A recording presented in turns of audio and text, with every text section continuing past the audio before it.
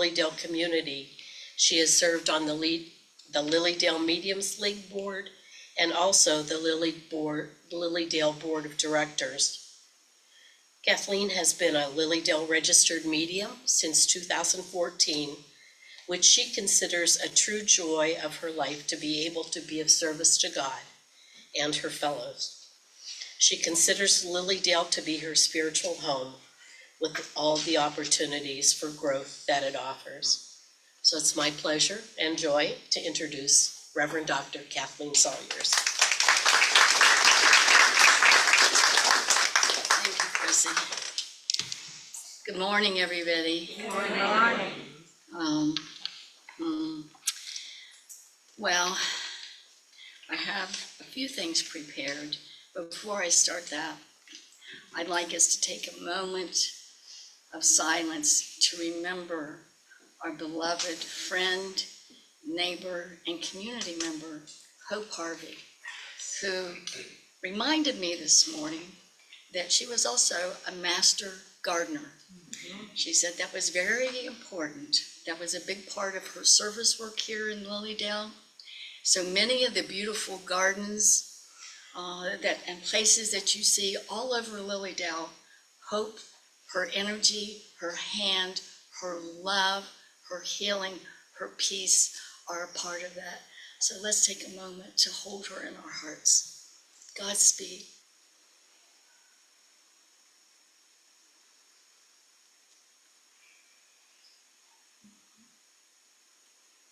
Thank you, Hope. Thank you, God. One of the things for myself, being a retired professor, one of the things that a saying in academia is we often teach what we need to learn. And so what kept coming to me from Spirit was to talk about the principles. We have a sign at our gate that says we are the center for the world's largest center for the religion of spiritualism there. I'm sorry, the senioritis there. And so it's a religion. Spiritualism is a religion, and we're the largest center for that. And so being reminded that these are the principles that guide us. These are the foundation of who we are as a community. And the very first one is we believe in God. Sometimes people wonder, well, do you guys believe in God? And that's our very first principle.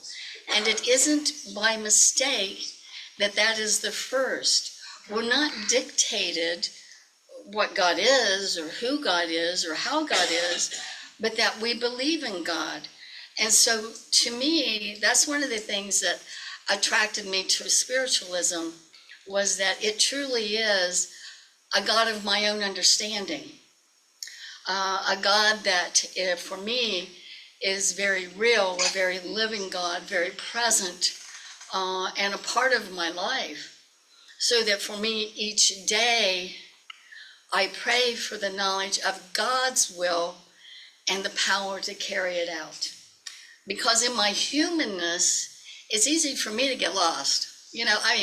Heartbeat, and I'm off the path, and what's this over here, what's that over there? But when I'm reminded to ask for God's will and not mine, I'm safe, I'm protected, I'm cared for, and I can say in all honesty, it's all in divine order. I may not understand it, I may not even always like it, but I trust it and I have faith in it. And I have faith that if I just keep trusting this God of my understanding, it's all good and it's going to be okay. And there's light. There is light all around me, even though sometimes it seems dark. As part of that, for me, believing in God and believing in the healing and the love and the peace, well, my life didn't start out. In human eyes, it was pretty dark. I was born December the 15th, 1950, do the math, and I was supposed to have been born the end of February. This is my MO, my way of being in the world. And I was born right after the doctor left. Of course, that's me. That's how I roll. That's how I am. It hasn't changed. And so they called him. He came back. And there I am, like 2.5 months, premature baby, born at home. And so he told my family, he said, this baby won't live. He says, she has a heart defect, so she won't live. He says, and if she does live, she'll be blind. Call me tomorrow if she's still alive. Wow. And so my mom's best friend was a nurse, Irene O'Dell. I used to call her my fairy godmother. And my mom said finally at some point that Irene said to her, do you mind if I bathe this baby and try to give her some food? Well, that was it. It's like, I am here, but I'm here to tell you, shh, don't tell anybody. They did not register my birth until I was 6 years old and getting ready to start first grade, because they were so sure that I was going to die at any minute. And they never took me to the hospital because the doctor said she'll get better care at home. So do I believe in miracles? Yes, I do. And I'm 74 years old now, and nobody saw that coming. So yes, I believe in God. Our second principle, we believe that God is all there is. Wow, what a concept. God is all there is. God is either nothing or he's everything. And for us, God is all there is. I mean, think about that. I don't have cats and dogs, but I have rocks. And they're my pets because God is in everything. God is in the little rocks you see in my house. God is in each and every one of us. God is everywhere. God is everything. And so in that concept, for me, that means I am always continually living and walking in the presence of God. And so in that, I need to be mindful, and sometimes I have to say, Jesus, I'm sorry. Didn't mean to do that. I'll try to do better next time. But one of the things I've learned, God loves me because of my humanness and not in spite of it. There's a wonderful book. It's called The Spirituality of Imperfection. And friends, I am very imperfect. I pray, I strive. I want to be better. I want to be a better person because I love this God of my understanding. And the miracles have just continued my whole life, and they don't stop. They're on a daily basis. And so that in that, I strive to be a better person, but sometimes I miss it by that much. Sometimes I miss it by a lot. Sometimes I got a sailor mouth and, but what I found was that God loves me anyway. It's unconditional love. I don't have to be good enough for God. Many, many years ago, I knew that I was imperfect and I just couldn't measure up. Oh, I knew where I was going and it was going to be really bad and scary and, wasn't going to be any fun at all, and it was all over, it was done, there was no redemption for me.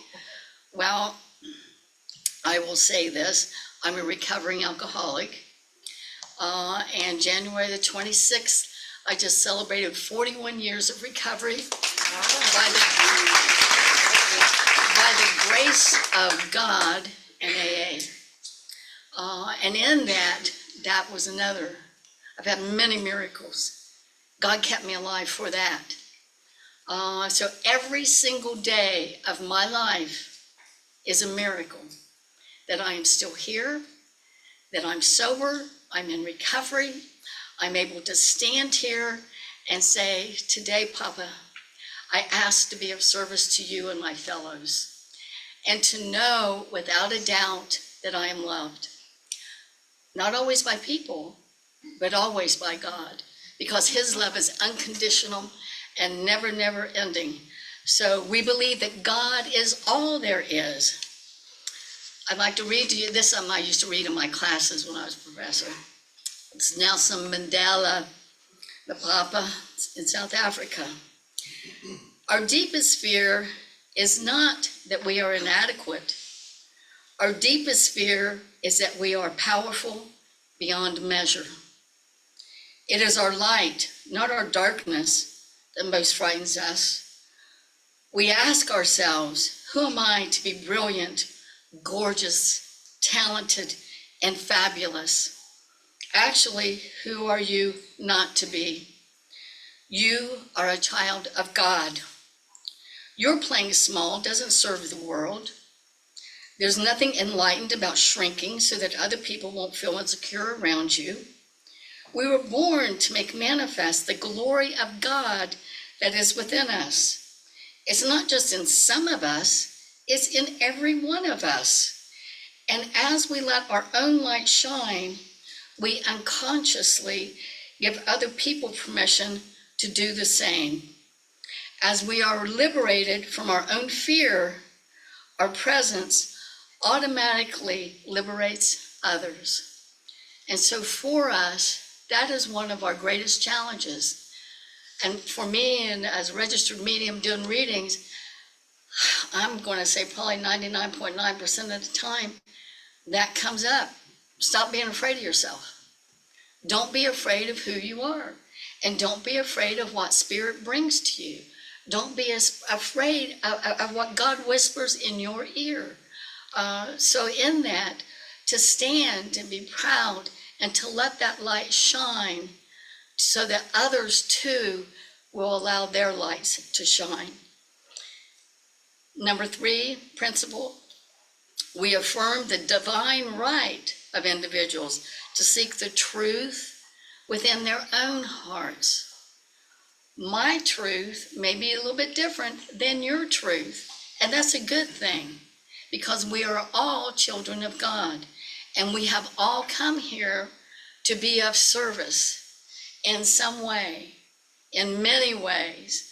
And so that part of that, to seek that truth within our own hearts, to take that time to connect with God, to have that relationship with that power that's so much greater than ourselves, that loves us unconditionally, to allow ourselves to touch into that truth within our hearts. And it's an interesting thing because our spirits recognize when we hear the truth.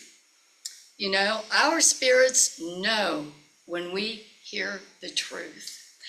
We may not always like it, and some people will say, no, no, no, not so. But in their hearts of hearts, we all recognize the truth.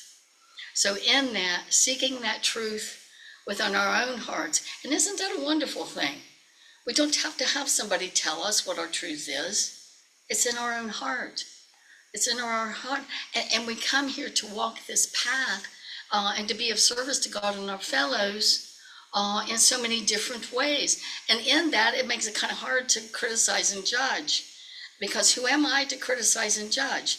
Not that I don't do it, I'm very imperfect, but then I'm reminded, remember who you were. Remember what God had to shine me up a bit.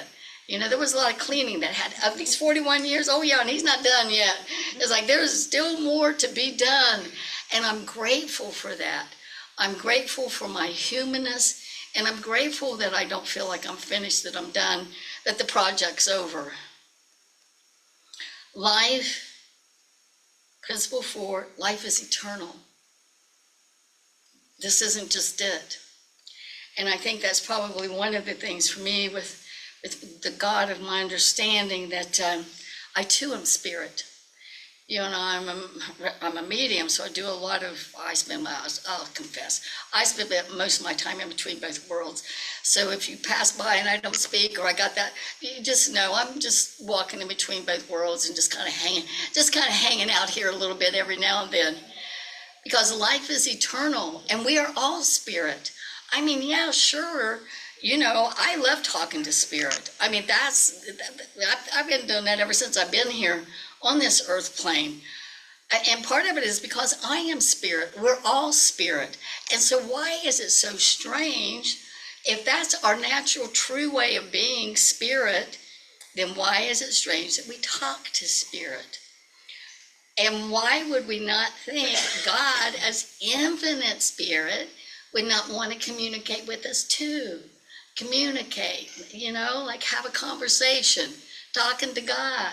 It's like I talk to him, he tells me, and we have a conversation. And it's a good thing. And my grandmother, who was born in 1873, she passed when she was 93 and I was 15. I got to spend a lot of time with her. And she talked to me about communication with God.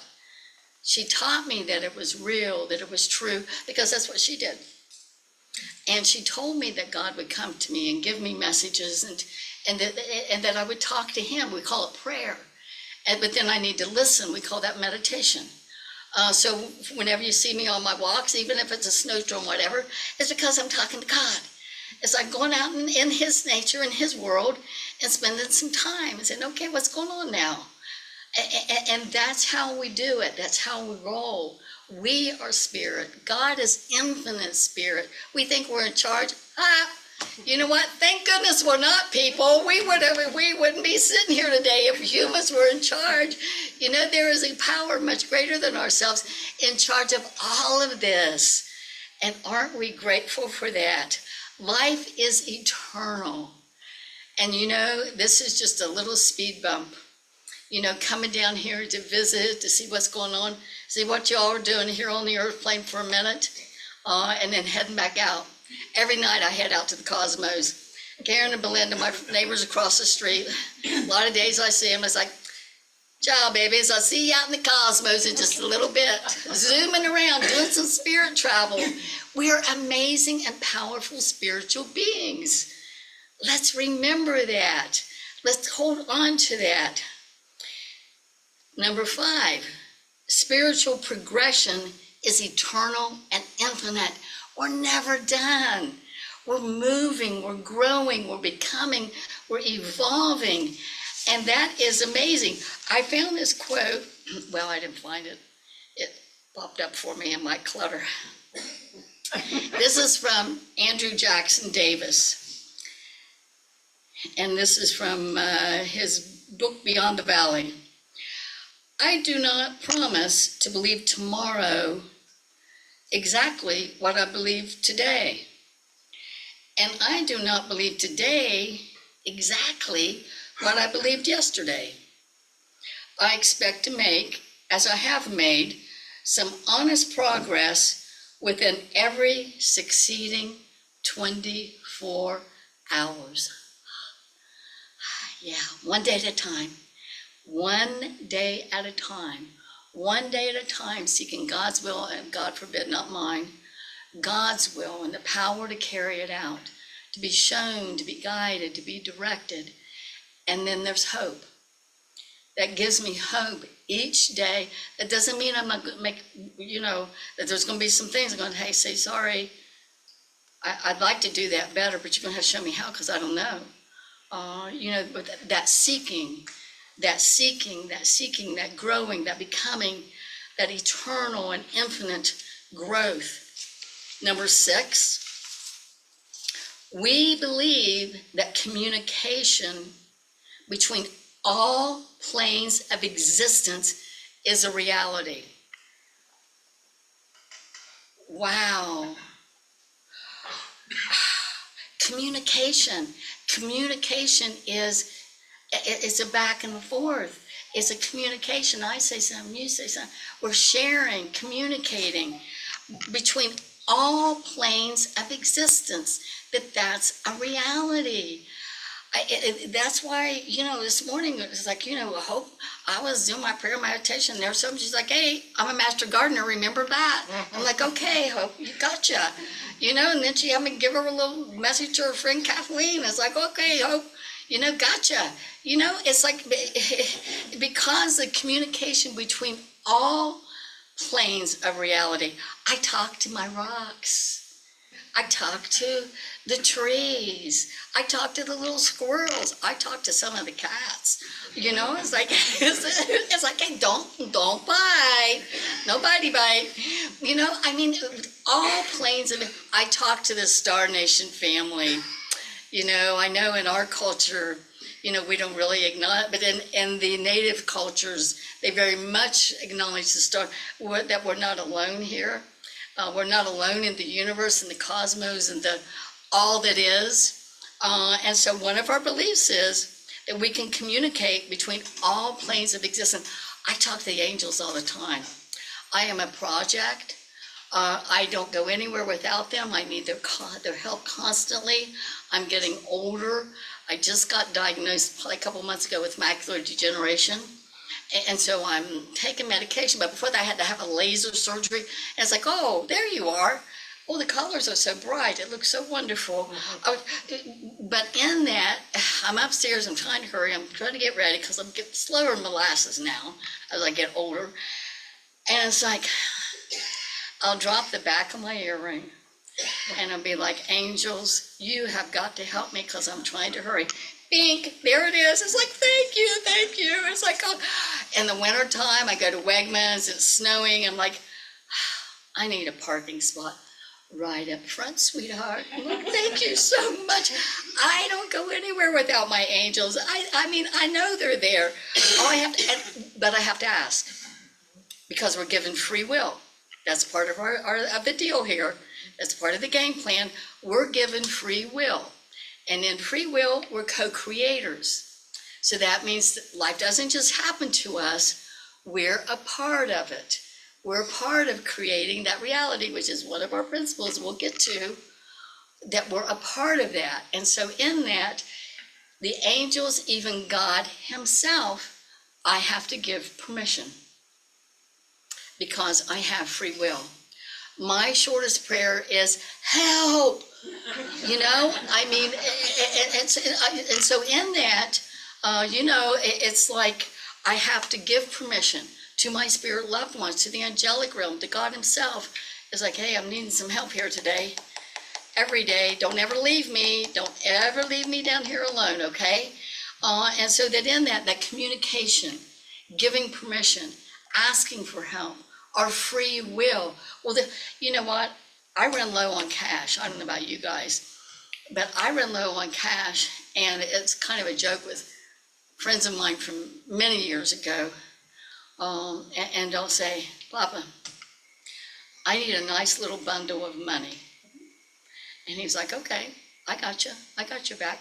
It'll come from some of the wildest, craziest places, but it starts coming in. It's like, oh, thank you. Thank you. You know, now he knows I can be greedy, so it's like, okay, this is what you need, and we'll take care of it, okay? And so in that, it's that asking for what I need. I'm not meant to do this alone. We are not meant to travel alone. We have spirit loved ones who are with us, who want to be with us. Talk to them. They want to talk to you. You haven't lost your mind. It's okay. And aren't we grateful that we have a place that it's okay? I had a sister who was 16 months older than me. I loved her. Her name was Regina. She passed when she was 41. So she'd been gone a long time, but she was schizophrenic. I believe that she was a medium and she didn't keep her mouth shut. Right.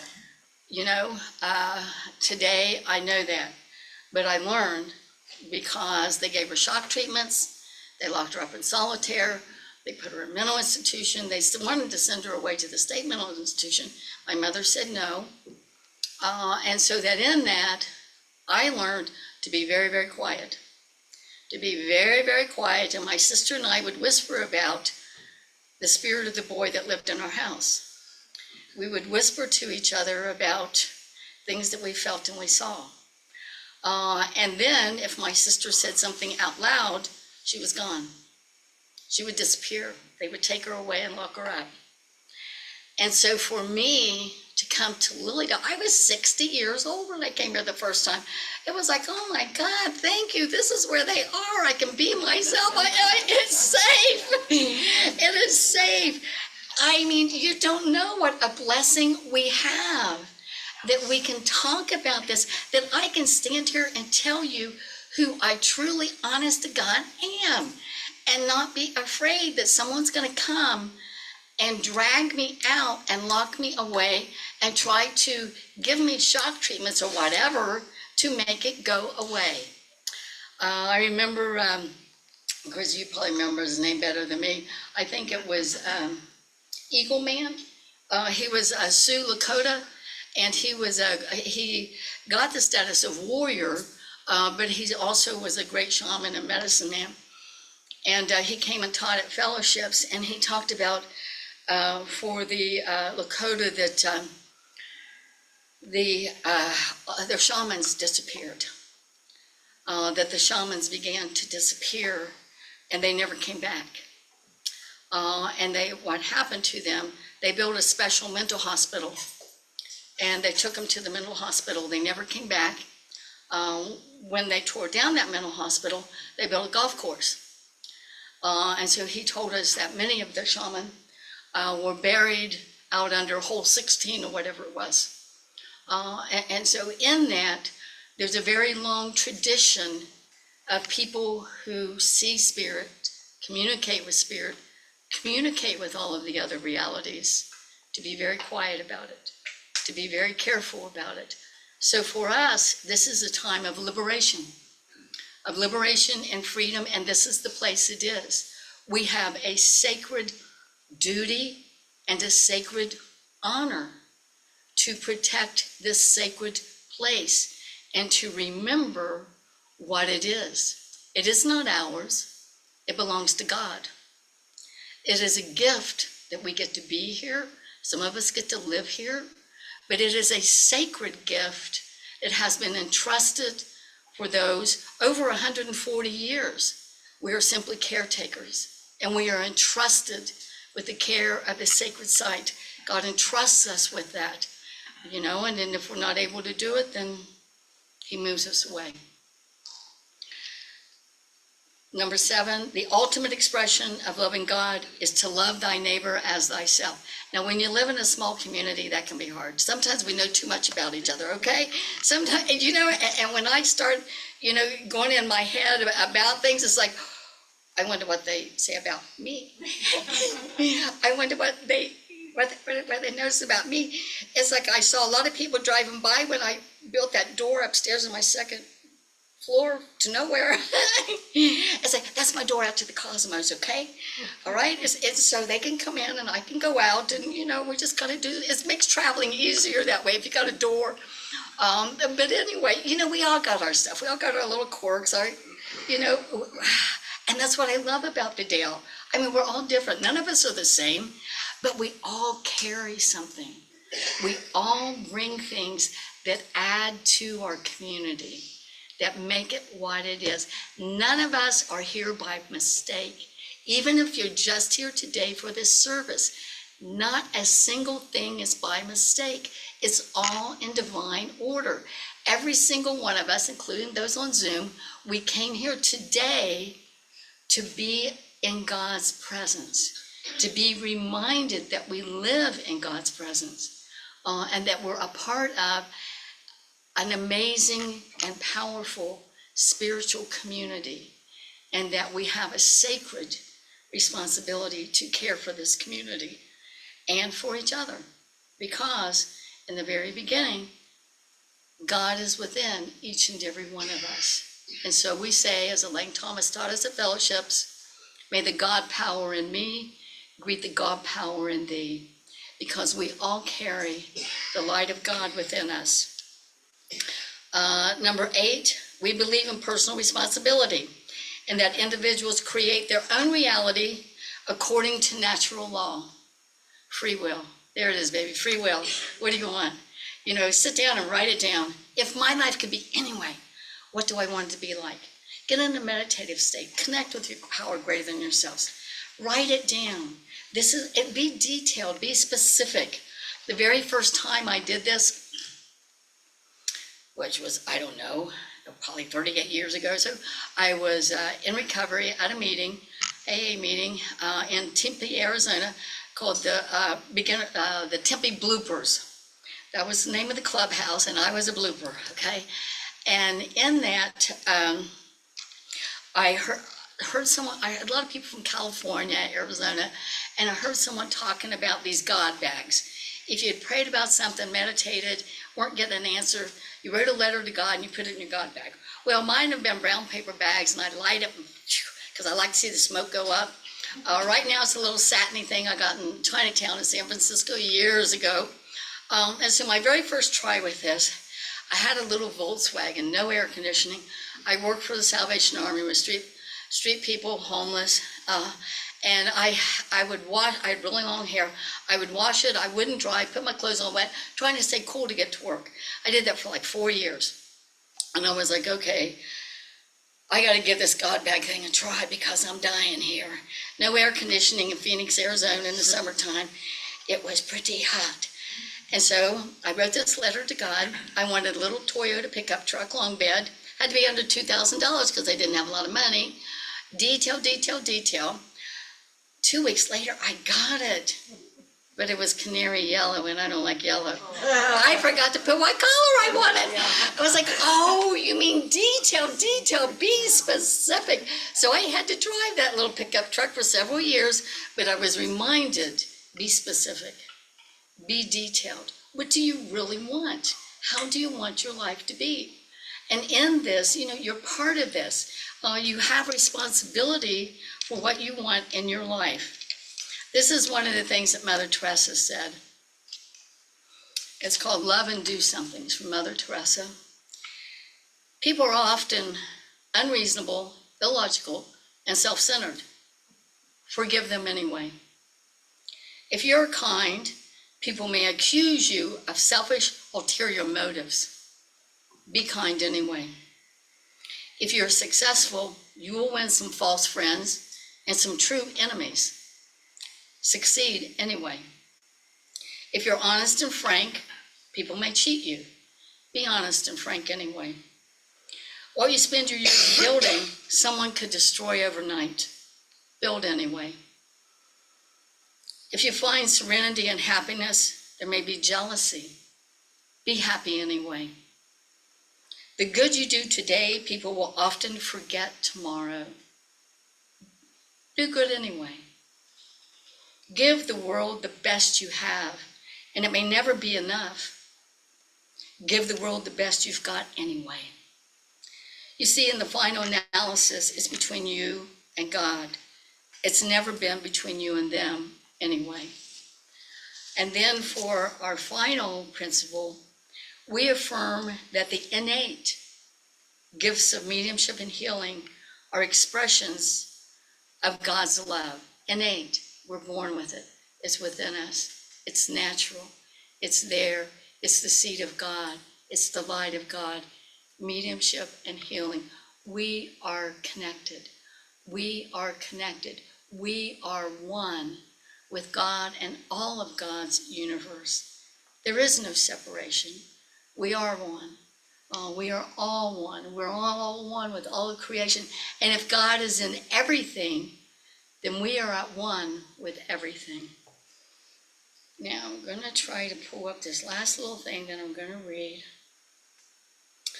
That's another thing I should read in my classes.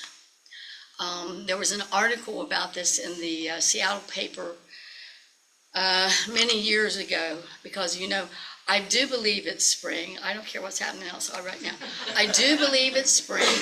And if you happen to go past my house, yes, I probably am the crazy flower lady, because, I get real compulsive. It's like more and more and more. I just got some Russian sage yesterday. It's like, yes. And it's all in concrete, so it's all in pots. So what can I say? This is called Sitting Downwind from Flowers. And so this will give you a little bit of insight, because just in the beginning of the pandemic, I got diagnosed with breast cancer. I've been dealing with skin cancer for well over 20 years. So it's been the breast cancer, and then more melanomas, and the squamous cell. And so this is part of the reason I have my flowers. Lee Patton is the hospice nurse who told the following, Tenzin's story. Tenzin is a Tibetan refugee who lived in Seattle, Washington. At the age of 52, he was diagnosed with lymphoma. He received his first dose of chemotherapy. During the treatment, he became extremely angry and upset. He pulled the IV out of his arm and refused to cooperate. He shouted at the nurses and became argumentative with anyone who came near him. The doctors and nurses were baffled. Tenzin's wife explained that Tenzin had been a political prisoner of the Chinese for 17 years. Soldiers killed his first wife and repeatedly tortured and brutalized Tenzin. She said that the hospital rules and regulations, coupled with the chemotherapy treatments, gave Tenzin horrible flashbacks of the Chinese military. I know you mean to help him, she said, but he feels tortured by your treatments. They are causing him to feel hatred, just like you felt toward the Chinese. He said he would rather die than have to live with the hatred he is feeling. According to our belief, it is very bad to have hatred in your heart at the time of death. He said he needs to be able to pray and cleanse his heart. The doctors then discharged Tenzin from the hospital and asked the hospice team to visit him in his home. I was the hospice nurse assigned to his care, said Lee. Lee called Amnesty International for advice. A representative told her to talk it through with Tenzin. He said, this person has lost his trust in humanity and feels hope is impossible. If you're able to help him, you must find a way to give him hope. Lee encouraged Tenzin to talk about his experiences, but he held up his hand and stopped her. He told her, I must learn to love again if I am to heal. Please don't ask me questions about those experiences. Help me to love again. She asked him, how can I help you love again? He replied, sit down with me, drink my tea, and eat my cookies. Tenzin, his wife, and Lee sat down together, drinking tea for weeks. They worked with his doctor during this time, too, to treat his pain. But it was his spiritual pain that seemed to be decreasing. When the spring came, Lee asked Tenzin what Tibetans do when they're ill in the spring. He smiled brightly, she said, and told her, we sit downwind from flowers. He explained, Tibetans sit downwind so they can be dusted with the pollen from the new blossoms that floats on the spring breezes. One of Lee's friends suggested that Tenzin visit some of the local flower nurseries. Excuse me. Lee called the manager of one of the nurseries and explained the situation. The manager's initial response was, you want to do what? But when I explained the request, the manager agreed, Lee stated. The next weekend, I took Tenzin and his wife with the provisions for the afternoon: black tea, butter, salt, cups, cookies, prayer beads, and prayer books. I brought them to the nursery and I assured them I would return at 5 p.m. The following weekend, Tenzin and his wife visited another nursery. The third weekend, they went to yet another. The fourth week, I received several calls from the nursery owners or managers inviting Tenzin and his wife to come again. One of the managers said, we've got a new shipment of nakarashina, whatever it is, coming in, and some wonderful fuchsias, and oh yes, some great daphne. I know they would love the scent of that daphne. And almost forgot we have some new lawn furniture that Tenzin and his wife might enjoy. Later that day, I got a call from another manager telling me that they had colorful wind socks that would help Tenzin predict where the wind was blowing. People began to know and care about the Tibetan couple. The nursery employees started setting out the lawn furniture in the direction of the wind. Others would bring out fresh hot water for their tea. Some of the regular customers would leave their wagons of flowers near Tenzin and his wife. It seemed that a community was growing around them. At the end of the summer, Tenzin returned to his doctor for another CT scan to determine the extent of the spread of the cancer. But the doctor could find no evidence of cancer at all. He was dumbfounded. He told Tenzin that he just couldn't explain it. Tenzin lifted his finger and said, I know why the cancer has gone away. It could no longer live in a body that is filled with love. He explained further, when I began to feel all the compassion from the hospice people, from the nursery employees, and all those who wanted to know about me, I started to change inside. Now I feel fortunate to have had the opportunity to heal in this way. Doctor, please don't think that your medicine is the only cure.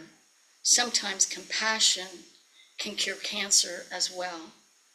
And for us, as spiritualists, and especially as part of the Lilydale community, that too is part of our responsibility.